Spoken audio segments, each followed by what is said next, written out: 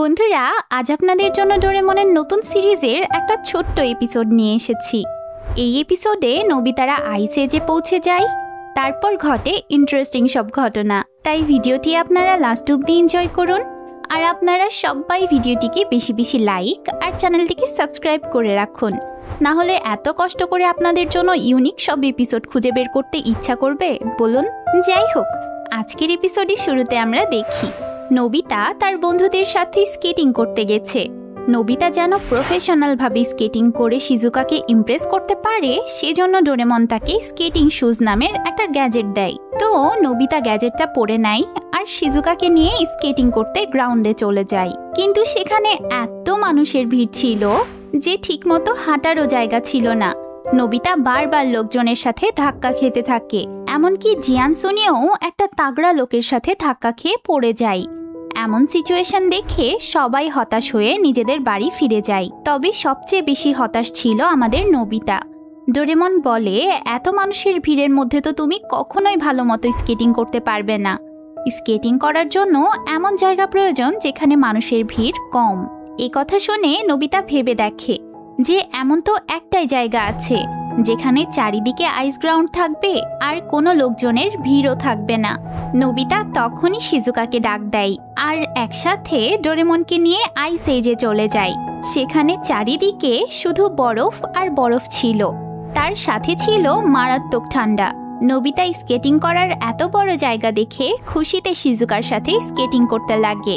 অবশ্য ডোরেমন এই প্রচন্ড ঠান্ডা সহ্য করতে না পেরে হট স্কেটিং টেবিল নামের একটা গ্যাজেট বের করে আর সেটার সাহায্যেই স্কেটিং করতে লাগে। নোবিতা মন মতো বিভিন্ন স্টাইলে স্কেটিং করে শিজুকাকে দেখাচ্ছিল।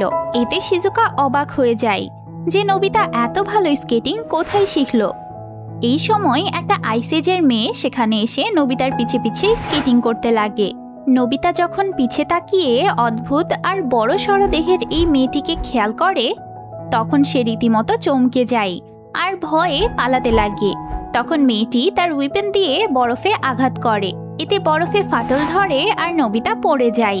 তখন মেয়েটি নোবিতাকে সেখান থেকে তুলে ডোরেমনের কাছে ছুঁড়ে ফেলে। তারপর মেয়েটিও ডোরেমনের হট স্কেটিং টেবিলের মধ্যে বসে পড়ে আর টেবিলে রাখা ফল খেতে লাগে। টেবিলের মধ্যে এমন গরম জায়গা আর মিষ্টি ফল খেয়ে তো মেয়েটি ভীষণ অবাক হয়ে যায়। সে ডোরেমনকে কোনো রাকুন মনে করে তার মাথায় কামড় বসিয়ে দেয়। এমনকি সে নোবিতার সাথেও অনেক কথা বলতে থাকে, কিন্তু নোবিতারা তার কোনো কথাই বুঝতে পারে না।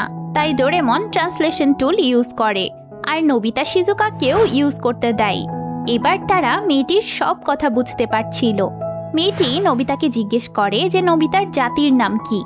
ডোরেমন নোবিতাকে শিখিয়ে দেয় যে ইচ্ছা মতো কিছু একটা বানিয়ে অ্যান্সার করে দাও। তখন নোবিতা বলে যে তাদের জাতির নাম হলো নোবি জাতি। নোবিতা তার বন্ধুদের সাথে মেয়েটির পরিচয় করিয়ে দেয়। মেয়েটির নাম ছিল গোন। সে পাপা জাতির সদস্য ছিল। গোন যে স্কেটিং শু পরেছিল সেটা পিচ্ছিল হাড্ডি দিয়ে বানানো হয়েছিল।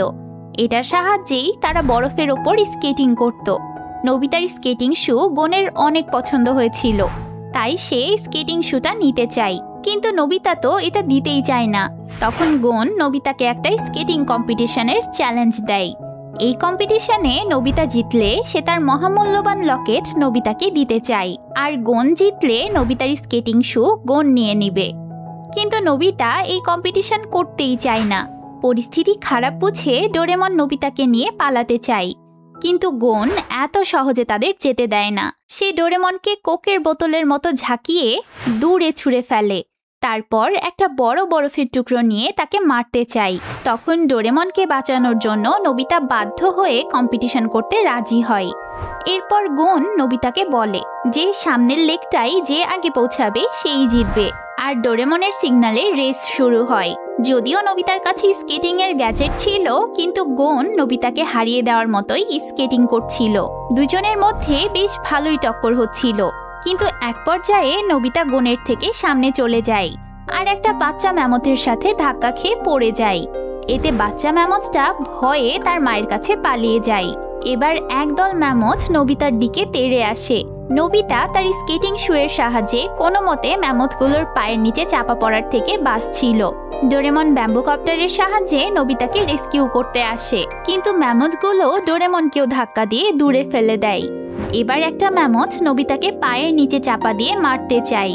এই সময় গোন এসে নোবিতাকে সেখান থেকে দ্রুত সরিয়ে নেয় আর দুজন মিলে পালাতে থাকে। কিন্তু বেচারা নোবিতা একটা উঁচু বরফের টুকরার সাথে হোঁচট খেয়ে পড়ে যায়। তখন ম্যামথটা আবার তাকে পিষে ফেলতে চাইলে গোন তাকে আবার সরিয়ে নেয়। এবার রাগে ম্যামথটি বরফের ওপর জোরে লাথি দেয়। এতে নদীর ওপর জমে থাকা বরফের লেয়ারটা ভেঙে যায়। নোবিতা আর গোন কোনো মতে বরফের একটা টুকরোর ওপর দাঁড়িয়ে থাকে। তবে ম্যামথগুলো পানিতে পড়ে যেতে লাগে। ম্যামথগুলো কোনো মতে ঠান্ডা পানি থেকে উঠে পালিয়ে যায়। একটা ম্যামথ নদীতে ডুবে গেছিল, তবে কিছুক্ষণ পর সে বরফের টুকরোর সাহায্যে ভেসে ওঠে আর নোবিতাদের ওপর নিজের সুর দিয়ে ঠান্ডা পানির স্প্রে করতে লাগে। এবার নোবিতা সাহস করে স্কেটিং করতে শুরু করে। নোবিতা স্কেটিং শুয়ের সাহায্যে অনেক প্রফেশনাল ভাবে স্কেটিং করে আর ম্যামথের পানির হামলা থেকে বাঁচতে থাকে। নোবিতা এক বরফের টুকরো থেকে অন্য বরফের টুকরোয় লাফ দিয়ে যাচ্ছিল। এই সময় আবার গোন যে বরফের টুকরোর ওপর দাঁড়িয়ে ছিল সেটা নড়ে ওঠে আর গোন ঠান্ডা পানিতে পড়ে যেতে লাগে। তখন নোবিতা দ্রুত স্কেটিং করে একরকম উড়ে এসেই গোনের হাত ধরে তাকে পাড়ে নিয়ে আসে। গোনের জীবন বাঁচানোর জন্য আর নোবিতার স্কেটিং এর স্কিল দেখে গোন নোবিতাকে পছন্দ করে ফেলে। আর নোবিতারা ম্যামথটার নাগালের বাইরে চলে যাওয়ায় সে বেচারাও ঠান্ডা সহ্য করতে না পেরে পালিয়ে যায়। এরপর গোন নোবিতাদেরকে তার এলাকায় নিয়ে যায়। নোবিতার বাহাদুরির কথা শুনে গোনদের চিফ নোবিতাকে অনেক শাবাশি দেয় আর শর্ত মতোই গোন নোবিতাকে সেই মূল্যবান নেকলেস দিয়ে দেয়। চিফ বলে যে এই নেকলেস যখন তুমি পরে নিয়েছো তখন তুমি আমাদেরই একজন হয়ে গেছো, এখন থেকে তুমি এখানেই থাকবে। এ কথা শুনে গোন খুশিতে নেচে উঠলেও নোবিতার ভয়ে গলা শুকিয়ে যায়। সে কোনো মতে সেখান থেকে পালাতে চায়, তবে গোন নোবিতার পিছেই পড়ে থাকে। তো বন্ধুরা, নোবিতাকে এমন বিপদে রেখেই এই এপিসোডটার এন্ডিং হয়ে যায়। আপনাদের ভিডিওটি কেমন লাগলো তা আমাকে অবশ্যই কমেন্টসে জানাবেন। দেখা হবে পরের ভিডিওতে। টাটা।